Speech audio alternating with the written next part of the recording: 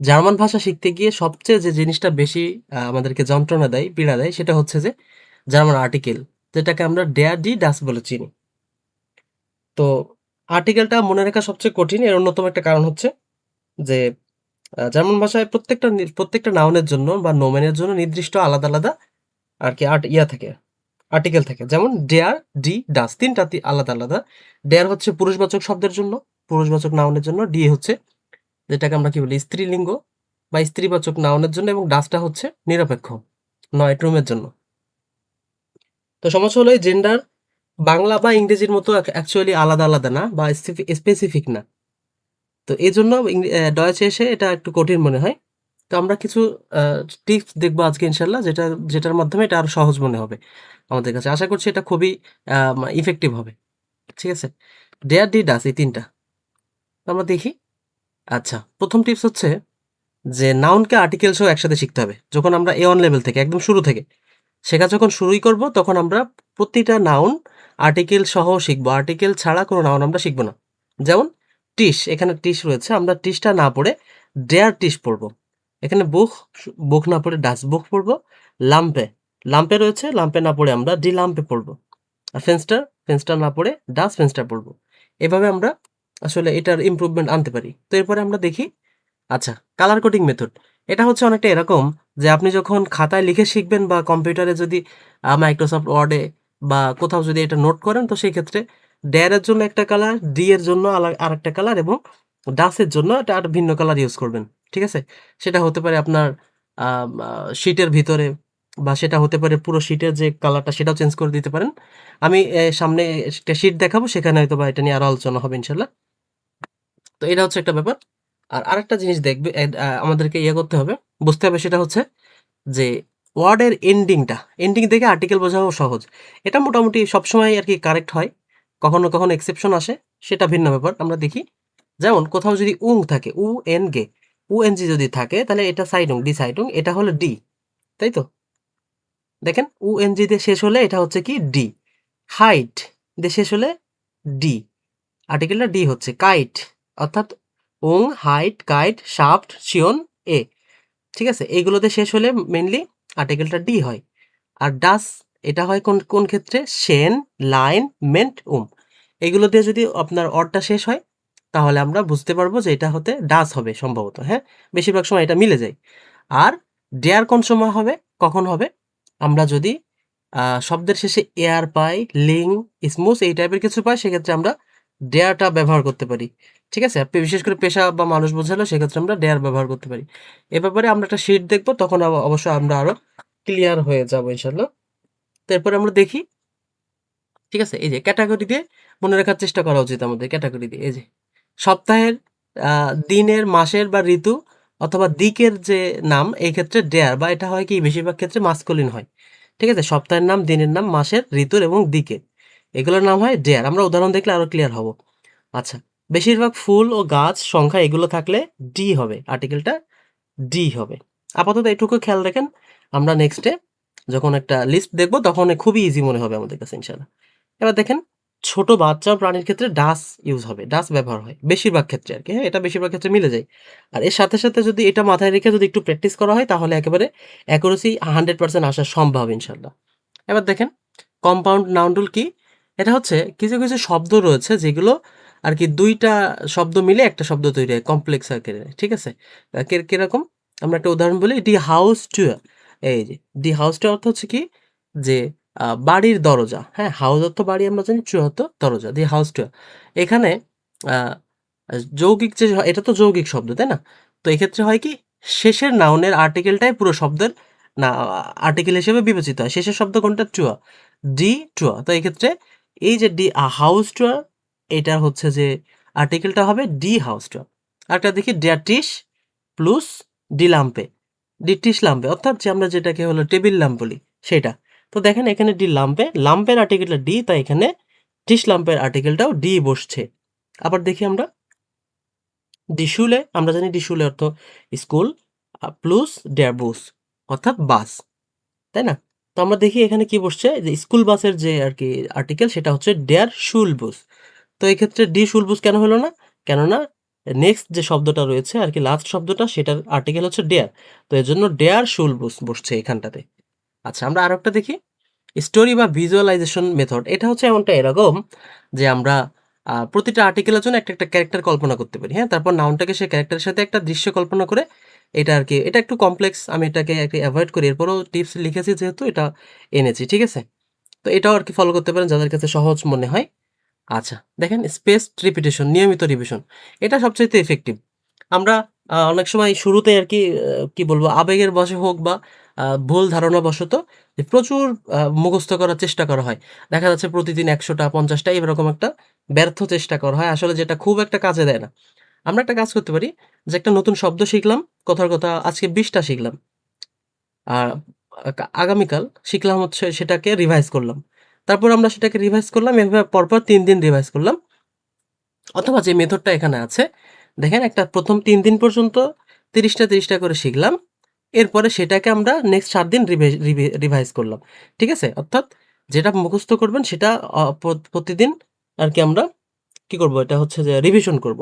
ঠিক আছে? এভাবে রিভিশন করতে, করতে বেশ যখন একটা বড় লিস্ট হয়ে যাবে, আমরা একটা সময় গিয়ে এটা স্টপ করব, করে আমরা নতুনগুলো শেখা শুরু করব। হ্যাঁ? তো এটা করলেও খুব ভালো হয়। ঠিক আছে? আচ্ছা, সেন্টেন্স বানিয়ে প্র্যাকটিস করা। এটা একটা ভালো টিপস হতে পারে। যেমন "দ্য টিশ ইস ব্রাউন", কি হয়? টেবিলটি বাদামি।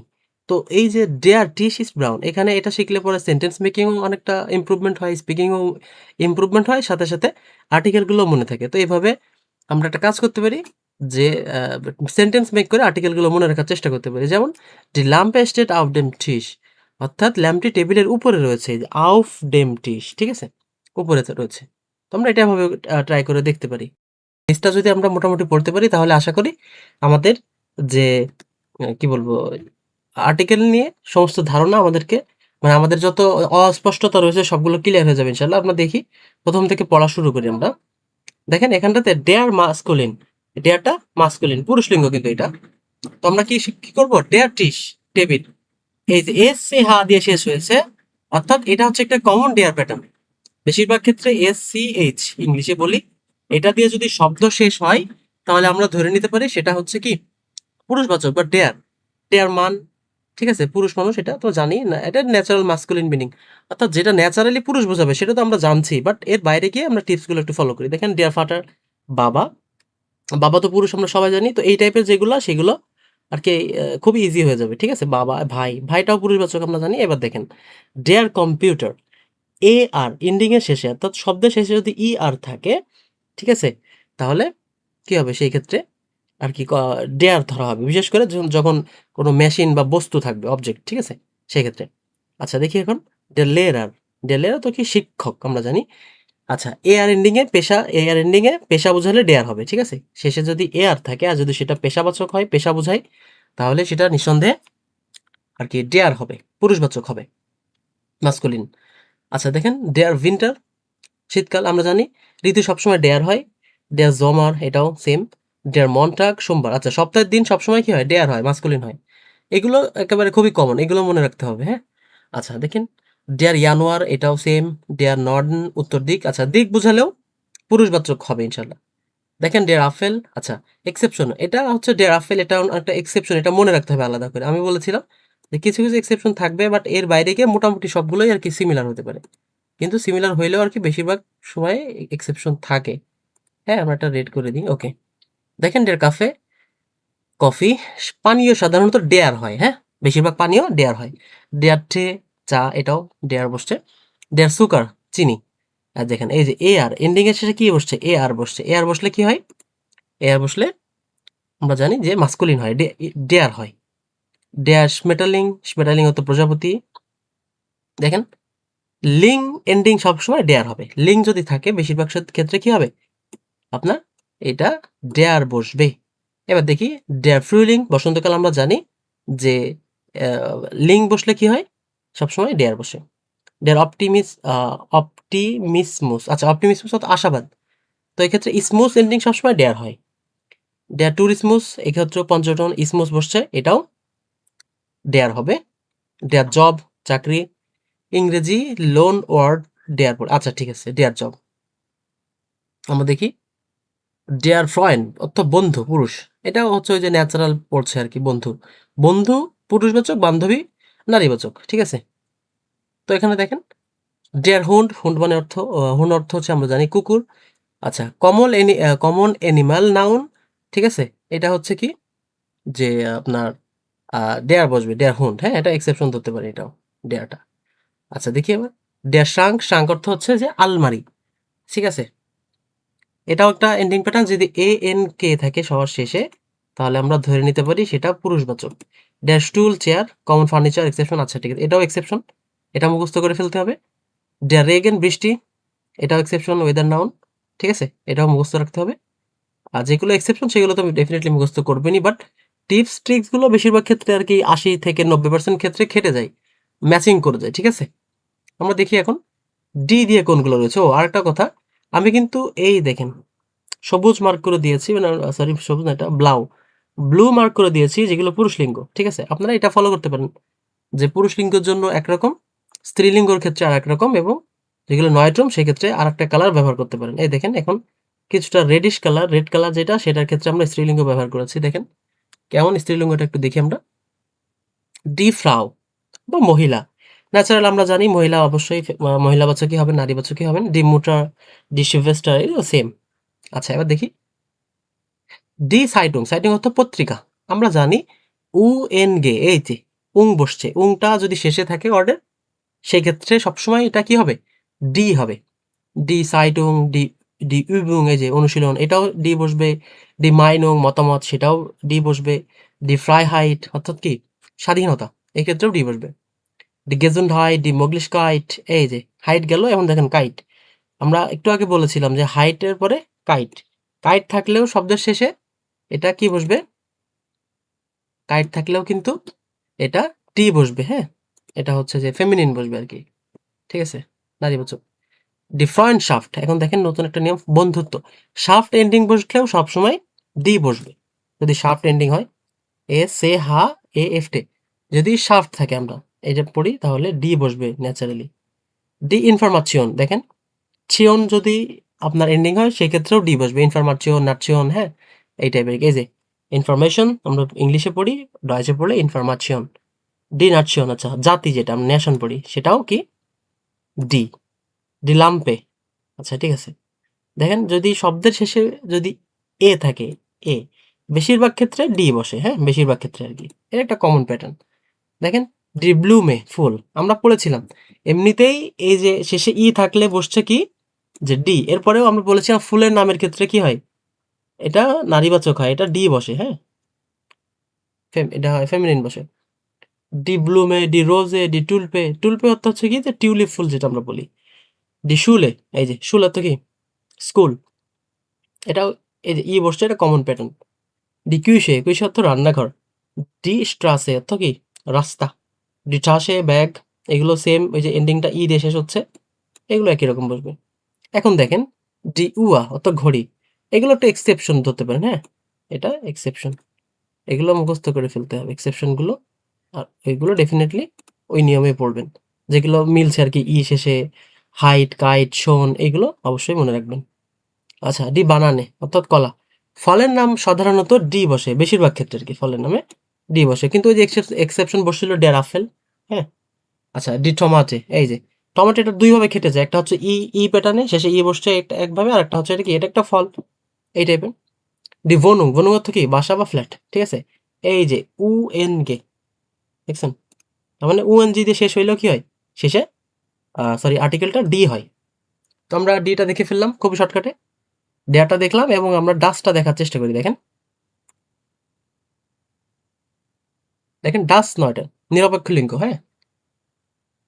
আমরা এগুলো ইংরেজি গ্রামার শেখার সময় পড়েছি, বাংলা ব্যাকরণে পড়েছি, এখন আমরা ডয়েস শেখার ক্ষেত্রেও এটা ব্যবহার করবো ইনশাল্লাহ। দেখেন ডাস্কিন্ড, বাচ্চা, বাচ্চা কি মেয়ে না ছেলে আমরা দুটাই মেনশন করতে পারছি না, সেক্ষেত্রে আমরা কি ডাস ব্যবহার করছি, ডাস্কিন। ছোট বাচ্চা প্রাণী সাধারণত কি হয়, ডাস হয়। ডাস মেডসেন, মেয়ে, এই যে সেন এন্ডিং সবসময় ডাস, ইভেন ফেমিনিনও যদি হয়, এটা সবসময় মনে রাখবেন, খুবই ইম্পর্টেন্ট এই জিনিসটা, আমি মার্ক করে দিই। সরি কি হলো, ওকে আমি এটা একটা শেডিং দিয়ে দিই এটাকে, এই শেডিং দিব, ওকে ফাইন, এই শেডিং দিই। যদি সেন, সে হা এ এন, এই সেনটা থাকে বাক্যের সরি ওয়ার্ডের শেষে, সেই ক্ষেত্রে অবশ্যই আমাদেরকে এটা ডাস ইউজ করতে হবে। হ্যাঁ, আর্টিকেলটা ডাস বসবে। ইভেন এটা যদি ফেমিনিনও হয় সেই ক্ষেত্রে আমরা কি ব্যবহার করব? ডাস ব্যবহার করব। যেমন ডাস মেটছেন, মেয়ে। ডাস ব্রডছেন, এই যে ছোট রুটি। সেন এন্ডিং সবসময় কি হবে? ডাস হবে।